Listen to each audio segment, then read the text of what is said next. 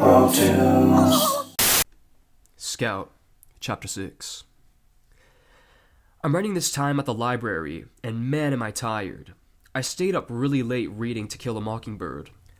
Already at the dead beginning of the book, there was a mention of a kid who was into football. I read 4 chapters or so. I must have went to sleep past midnight. I have to wake up really early for school. I'm a person who has to walk to school. My dad leaves home even before me. He works somewhere deep into town. Truth be told, I have no idea where it is. I'm at the library to return No Time for Sergeants. I didn't finish it, but I don't care. I'd rather read Pony's book and learn about the origin of my nickname. Even without knowing, I'm already attached to it. I was late for school this morning. My mom was upset with me. She tried to rush me, but I just wanted to take it easy. I wondered if Pony looked for my locker. Maybe Angela came looking for me. When I got to school, my first class was almost done. When I was at the office to get my late slip, the secretary asked, "You got a lunch this time, hon?" I packed my own. My mom had done groceries. My mother does not have a job, at least not yet. She isn't a very ambitious person. Whatever she can find will do for her. We move so much that she probably doesn't want to think too big. I responded to the secretary, "Yes, I do, but I'll take an extra if you're offering." She said half laughingly, "Sorry, emergencies only. If you got one, can't take one." "Well, I'll be going," I said. She cut in, "Hey, are you and the young lady from earlier this week friends?" "Oh, Angela? I'm not sure," I said. Then she went on to say, "She's trouble. I just thought I'd let you know. But don't say anything, okay?" "Okay, I promise," I said, and I went to my first class. I decided to avoid Angela for the day. She's tiring. We don't have the same classes together. She's in the other group. Math had to have been the first class of the day. I hate math. I'm just glad if I pass it all. I usually do, but that's a class I can't pretend to take notes in. My next class is English. I actually like English. Trend seems to be we read and write in English, and I'm very cool with that. Because I read books, I think my spelling is quite strong. When we would do dictation, I would always make good grades. When I was younger, I would always show my folks my dictation grades, but after a while I stopped. I figured my folks after a while were no longer impressed. It kind of seemed that way. "We get it. You spell okay," is probably what they thought. All in all, I'm an okay student. I like challenges, so I tend to be motivated at first, but it fades. When the bell rang at the end of class, I rushed out. I wanted to look for Pony's locker, and you only have 5 minutes between bells, and the school is quite big. The nearest school is quite far away, so I've heard, which would explain why there is a good mix of everybody and anybody in between at this school. I took my book for English and traveled past my English class. I didn't want to travel too far because I don't want to be late for class. I was already late this morning. I looked left and right. I could see Greasers. Every now and then, I thought I saw him, but it wasn't him. I tried to pinpoint his greased, mini pretzel-colored hair and gray eyes. I wondered if his locker was upstairs. Only my last class of the day is upstairs. The labs are upstairs. By then I would have seen Pony at lunch. That's when I could ask him where his locker is. Something caught the corner of my eye. It was a big glass display case. I could see a cutout of newspaper inside, so I decided to take a closer look. From afar, I could see 3 big images over top. They looked like Greasers. As I got closer, one of them looked just like Ponyboy, except he had short fair hair, probably blonde, but the image was black and white. Next to that photo was an image of a kid with dark hair and dark eyes. His hair is long, with bangs, with kind of a swoop. On the sides, his hair, it was greased back. He had this very innocent-looking face. Kind of a cute face. Next to that image was a guy who looked the complete opposite. A mean-looking guy with nothing cute about him. His hair was fair and long, with no grease in it. His hair fell in his eyes, which reminded me of myself. His hair flipped out at the bottoms. If it didn't, you wouldn't be able to see the bottom of his ears. His hair was so long. In his image, he was not looking at the camera, as if someone just snapped his picture without his knowing. I started reading the article. My heart jumped when I saw that it said Ponyboy Curtis. So that's his last name, I thought. The innocent-faced greaser's name was Johnny Cade, and the tough, mean guy's name was Dallas Winston. I noticed later that the names were just under the image afterwards, but I jumped the gun and started reading the article, seeing that the title said delinquent youths turn heroes after daring rescue in Big. It had me interested, and I was running low on time. The article talked about how they saved some kids out of a burning church. My heart sank when I read that Johnny had been seriously burned. I didn't get to read the whole thing. Then I saw someone standing right behind me, in the reflection of the glass, a tall figure. It startled me. I fixed my bangs to fall in my eyes as I do, and I turned around. It was Two-Bit, with a big goofy grin on his face. "Hiya, Scout," he said. "You go to school here?" I asked. "Yup," he said. "I'm a couple of years behind in school. Would have been 3 if it weren't for Ponyboy. He really helped me out. He inspired me a bunch too, considering how much school he missed, and what he went through, and passing the 9th grade. I had to go to summer school to pass grade 11, but it was okay.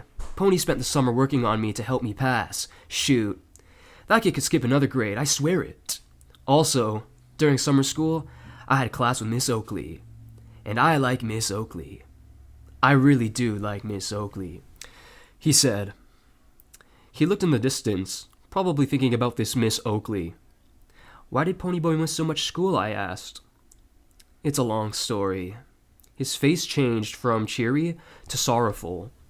I looked back at the pictures and looked at the 2 boys, Johnny and Dallas. I was afraid to ask about them. The bell rang. "Oh, shoot," I said. In the distance, I saw bird-faced Mr. Arthur close the door. Two-Bit laughed. "Man, I've been late more than on time this far." He really didn't care about being late, it seemed. "Walk with me to the office?" he asked. "Okay," I said. I liked him more than Angela this far. You know, at first, they cut out Johnny and Dally's picture and some of the article, only keeping Ponyboy, but Randy protested against it. And with Ponyboy's permission, they replaced the article with everything intact. Randy wanted to make sure Johnny and Dally got the recognition they deserved, especially considering they were Northside greasers. Two-Bit explained, as we walked. "Why did they cut them out?" I asked. "Well, Johnny and Dally died soon after." He looked at the floor and took a deep breath. "They were Pony and I's pals. Good pals. Best of pals. I think they wanted to filter them out because of their passing, but Ponyboy was okay with it," he explained. Then he continued, "Not to mention, Johnny killed Bob." I froze. The cute kid killed someone? And then passed away? What about Dallas, or Dally as Two-Bit called him? Why did he die? Did someone take out this Bob guy's death on him? I started questioning who Ponyboy really was. A friend of a kid who killed somebody, and a friend of somebody who died soon after the events. Two-Bit continued. "Randy was there the night Bob was killed, although there was a division on having the article displayed. But the school gave in to Randy, and Cherry, Bob's girlfriend, and Pony gave their blessing, and now the article's up there for everyone to see." I was afraid to ask any questions, but I had so many, so I decided to just pick one. Seeing that Two-Bit didn't explain to me who Randy was, I asked, "Who's Randy?" "Randy Anderson, the Soch." A Soch, I thought. He continued, "Although nowadays I don't know what to call him. He seems less and less like a Soch. He'll stand up for anyone." I was too embarrassed to ask what a Soch was, although I'm pretty sure I get the picture. "I should call him Randy the Friendly Soch. Get it? Like Casper the Friendly Ghost?" Two-Bit said. He seemed so proud of himself that he came up with that. Then we were at the office. Then Two-Bit asked, "Hiya, Secretary. Got any emergency grease back there?" "No, Keith, we do not," the secretary said. Keith, I thought, so his is a nickname. "So what's a greaser gonna do if his hair's out of place and he's got no grease?" Two-Bit asked. "Well, then you're out of luck," the secretary said. "I know how you can make it up to me," Two-Bit said. "How?" the secretary asked. "By giving me a late slip and an emergency lunch." The secretary laughed and said, "This entire week we've been giving you late slips and backup lunches." Two-Bit replied, "I'm glad I can count on you, secretary lady." "You got it, Keith, but try harder to be on time and with a lunch if you can," the secretary said. "You got a deal," Two-Bit said. I loved being an audience between Two-Bit and the secretary. She seemed like a stiff lady to me, but he loosened her up. He walked in past me and said, "See you around, Scout. Can't let Pony down." I think he meant to do his best in school. I was next. "Are you late again?" the secretary asked. "Yeah, I ran into Two-Bit in the hall, and we lost track of time," I said. "Oh, you mean Keith, dear?" she asked. "Yeah, but I know him as Two-Bit, and he knows me as Scout," I responded. "Oh, okay, well, I'm obliged to fill out your late slip with your real parent-given names," she said. "I get it," I said back. She handed to me the late slip and said, "Don't make it a habit." "I won't," I said. When I got into class, Mr. Arthur said, "Belinda, nice of you to join us." Ew. It's too bad that he's the English teacher. He's so lame. I bet he smells funny too. I don't know if he does. It's just a guess. I'd rather he call me Scout. I like it so much better, but people might think it's weird. Then again, Pony must go through being shy about his name also, maybe even more than me. People probably think his name is weird. Mr. Arthur gave me my paper back on what I'd like to accomplish in high school. Because I ran away that night, the night I met Ponyboy, I had to write my paper during breakfast and during math class, and boy do I hope that didn't mess me up. To my surprise, I got an A+. I couldn't help but smile. My paper was very short. I could sum it up right here, right now. This is more or less how it went. What I want to accomplish in high school. I have low expectations. That's just the kind of person I am. Maybe that's how my life shaped me. So to make this paper interesting, I will write about as if I had high expectations. 4 words. Meaningful people, meaningful memories. Now I'll explain. I can't say there is anyone in my life who shapes me, to push me forward, who motivates me, who I can be vulnerable with, who makes me a better person. Meaningful moments. I've never had a chance to make any. There were times where I felt close to it, but I can't bring myself to full on say I have. I'll welcome it if it happens here during high school, but like I said, my expectations are low. All I can say is I guess we'll see. Reading it back, I remembered how easy it was to write. I just allowed myself to be honest. I'm surprised I let Mr. Arthur have that much of a window into who I am. On my paper, written in red pen, Mr. Arthur wrote, "I'm rooting for you." All of a sudden, I liked Mr. Arthur so much more. I wondered about him. Does he have a family? What does Birdman do for kicks? When the bell rang, I was kind of excited. I was in a good mood. I have a lunch, I got an A+, and I'm sitting with Pony at lunch, not like the other times where I just sat alone. I put my stuff in my locker. I decided to take my paper with me. Not gonna lie, I wanted to impress Pony cause he's smart and a writer and whatnot. I made my way towards the caf. Every time I saw a preppy guy, I tried to avoid them. I looked for Pony. I scanned the caf. It's quite big. Then I felt a hand on my shoulder. It startled me. I turned to look at him. It was Two-Bit. He chuckled and said, "Man, we should call you Squeal instead of Scout." I rolled my eyes with a playful grin. "Who you sitting with, Scout?" he asked. Ponyboy," I said. "Hey!"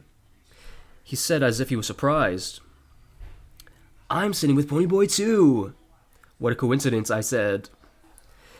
"If you're sitting with Ponyboy, and I'm sitting with Ponyboy, that means..." He turned to me with a face as if he stumbled on the answer to the meaning of life. "That means you're sitting with moi," he said with a smile, trying to hold in his laughter. "I guess it does," I said, with a smile. "Alright, let's go, I'm hungry," he said in a more serious tone. "Alright, let's do it," I said. We found Ponyboy sitting at a table with a pillar right close to it. "Finally, now you can save this spot while I go get myself some food," Ponyboy said. Then Ponyboy got up and went to go get some food. Two-Bit sat down and he rested his back and head on the pillar, right behind him. I sat across from him. He told me, "This is why we sit here. I get a nice backrest." He took out a pen from his pocket and traced his head that was leaned on the pillar. Then he turned around and wrote Two-Bit in big. "Now, if anyone asks, is my name written on it? It is," he said. "Yeah, but now the teachers know who did the crime," I said. He looked at me with a puzzled face. Then he started to laugh. "Oopsie," he said. Then he turned around and wrote not on top of the Two-Bit he wrote. "Nice," I said. Ponyboy finally came back and sat down. "Still too lazy to make a lunch, Two-Bit?" he asked. I thought maybe he couldn't afford a lunch, but I guess he likes the freebies. "Monday I'll bring a lunch," he said. Angela, and who I guessed was Brian, walked our way. I hid my face. Pony noticed. Another guy followed closely and noticed Pony, and messed up his hair, then wiped his hand on Two-Bit's arm. "Hey," Two-Bit said. "Here, I got you, Pony," he continued, and handed him a comb. Ponyboy combed his hair. "Bad news. The office doesn't have emergency grease. Isn't that right, Scout?" Two-Bit said. "Yup. He asked and everything," I said with a smile. "I'll live," Ponyboy said. I turned around and saw where Angela sat. Luckily, it was pretty far away. Pony asked quietly, "Who are you hiding from?" "Oh, nobody," I said. "Who is that?" I asked. Pony said back, "That's Mark. He's the most street-smart kid I know." Mark was a similar size as Pony, with gold surfer hair, similar to how the Beach Boys used to wear it, flopped over to the side, eye length, and neatly cut at the back. I looked over at Pony and asked a question and thought, who is Ponyboy Curtis? There's a lot to learn about this guy, I thought. What happened?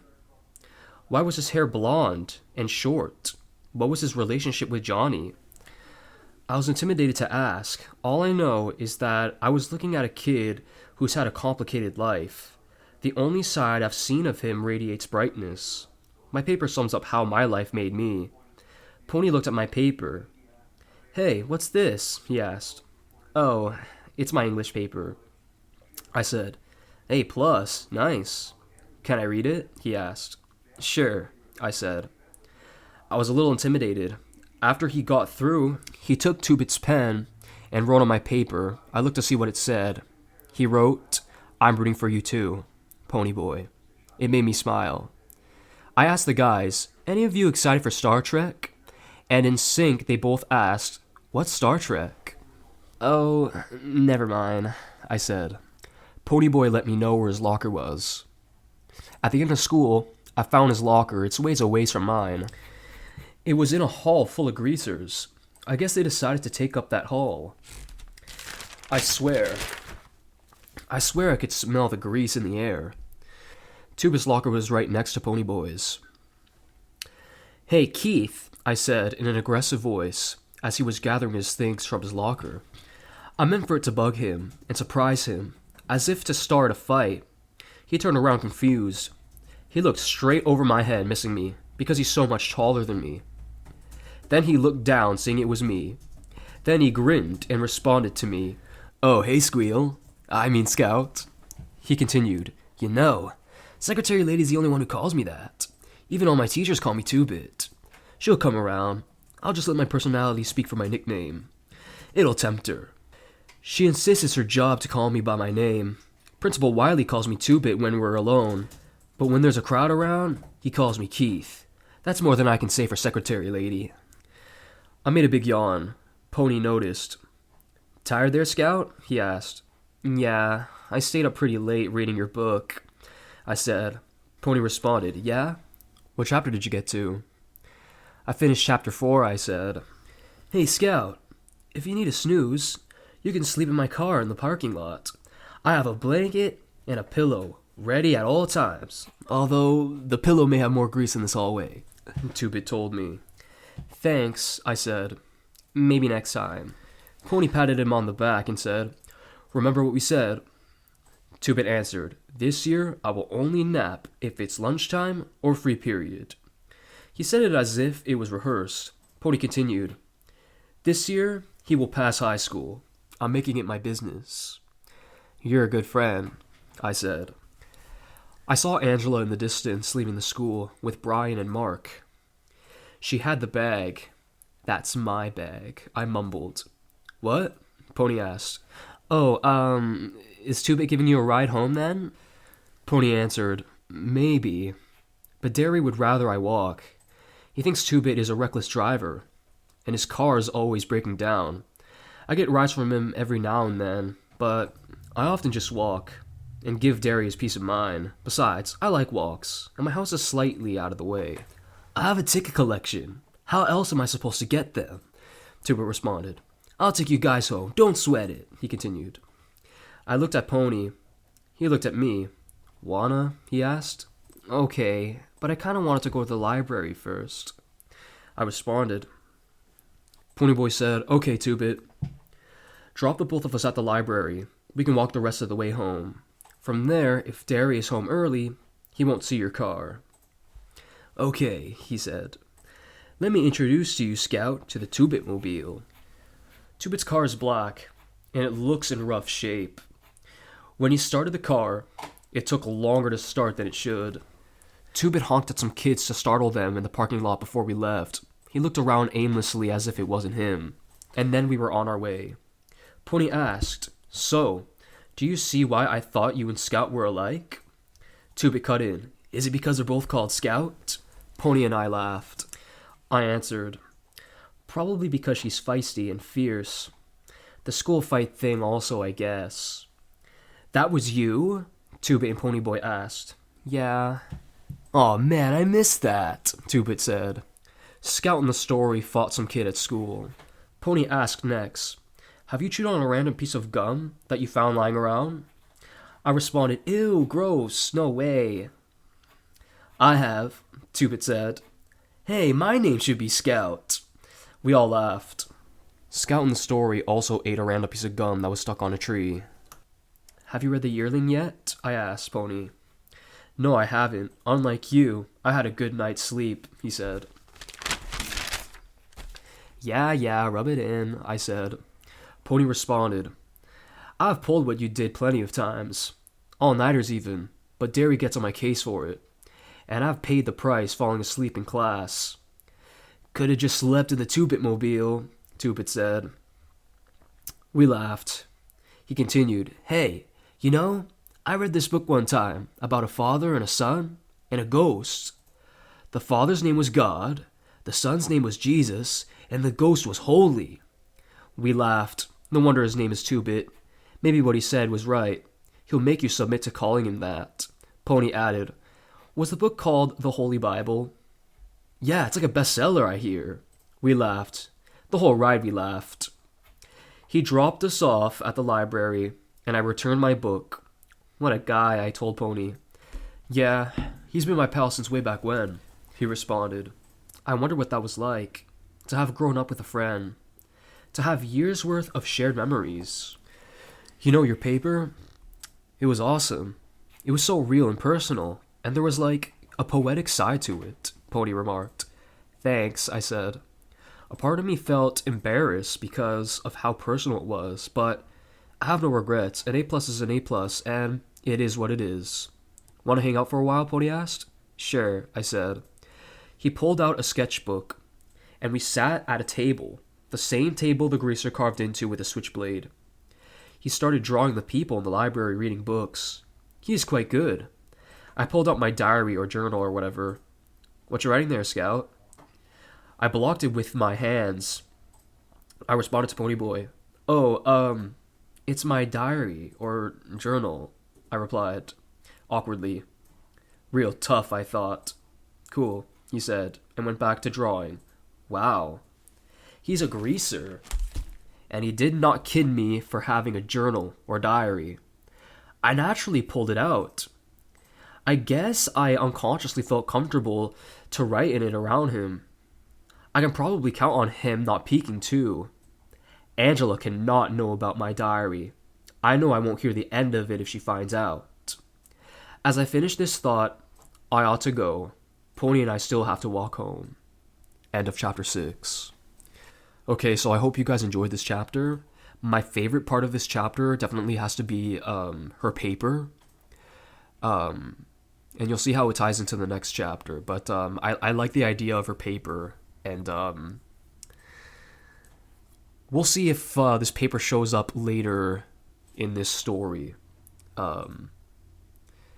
Yeah, we'll see. I have plans on making it tie into the story later on, sort of thing. Anyways, peace and love. I really appreciate if anybody's listening to this. I really, really do. I'm really giving this a shot. I am raw and new at writing in general, so I'm allowing myself to suck, more or less. But I think the ideas are pretty nice. Anyway, I'll cut the talking for now. You guys have a great day.